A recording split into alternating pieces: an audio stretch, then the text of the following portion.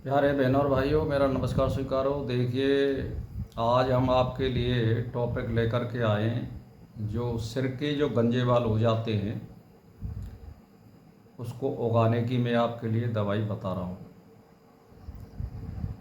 तो देखिए, बहुत सरल है और कुछ पैसा नहीं लगता है। तो पहले तो आप इस दवाई को लगाने का मतलब यह है कि आप सिर के बालों को बिल्कुल छिलवा लीजिए, गंजा कर लीजिए, जो भी है बाल। उसके बाद आपको देसी गाय का लौनी घी, यानी लगभग 2 तोला के लगभग,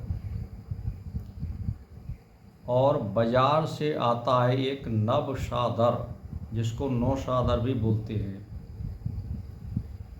अब ये नौशादर दो तरह का आता है, एक तो डंडे वाला और एक खपरिया। तो जो खपरिया होता है वो कांच की तरह होता है, वो बहुत तेज होता है, वो सिर पर नहीं लगाया जा सकता है। हमें लेना है डंडे वाला। ये थोड़ा उससे क्वालिटी में हल्का होता है, लेकिन हमें इसी की ज़रूरत है। तो उससे ये बोल दो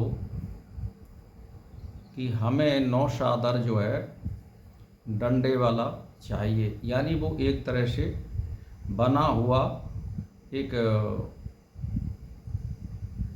साज में आता है, बना हुआ। और जो वो आता है कंचे वाला, वो पत्थरिया जैसा आता है। जैसे मान के चलो, कोई चीज़ की पत्थर को तोड़ दिया, उसके टुकड़े टुकड़े कंचा जैसे ऐसा आता है। तो हमें वो नहीं लेना, हमें डंडे वाला लेना है।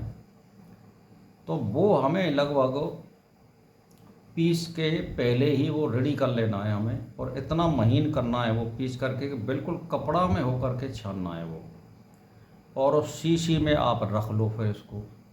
अब एक कटोरी में एक दो तोला के लगभग लौनी घी गाय का देशी का लेना है। और ये कब लेना है? सुबह ही सुबह लेना है। तो फिर क्या करना है, इसे दोनों चीज़ों को आप मिला लीजिए अच्छी तरह से, लौनी घी को और नवशादर को जो हमारा पिसा हुआ रखा है। कितना? शीशी का लगभग एक ढक्कन, यानी ज़्यादा से ज़्यादा 10 ग्राम। आप दोनों को अच्छी तरह से उंगलियों से मथिए 5-10 मिनट, और फिर उसको सिर पर लगाइए, मालिश करिए। उसके बाद हमें नहाना नहीं है, उसकी मालिश कर लेनी है हमें अच्छी तरह से, और पूरे दिन उसको लगा रहने दो। कपड़ा वगैरह आप या स्वापी बांधते हो तो उसको बांध सकते हैं, और नहीं बांधे तो कोई दिक्कत नहीं है। आप अपने पंखा में या कूलर में कहीं भी आप सो सकते हो, लेट सकते हो। तो इस तरह आप इसको लगाइए, और इसको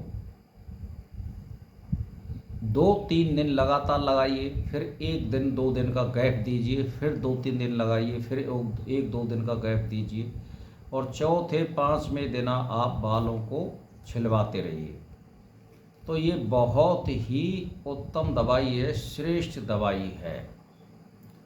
इसको आप लगाइए, और मेरा आजमाया हुआ फॉर्मूला है। अब इसमें परहेज आपको क्या करना है? परहेज आपको जो कफ बनने वाली जो वस्तुएं होती हैं वो आपको नहीं खानी है। जैसे उड़द की दाल भई, चावल हुआ, दूध हुआ, या पकवान हुए। आप चुपर के रोटी घी से और सब्जी से, सादा से आप खा सकते हो।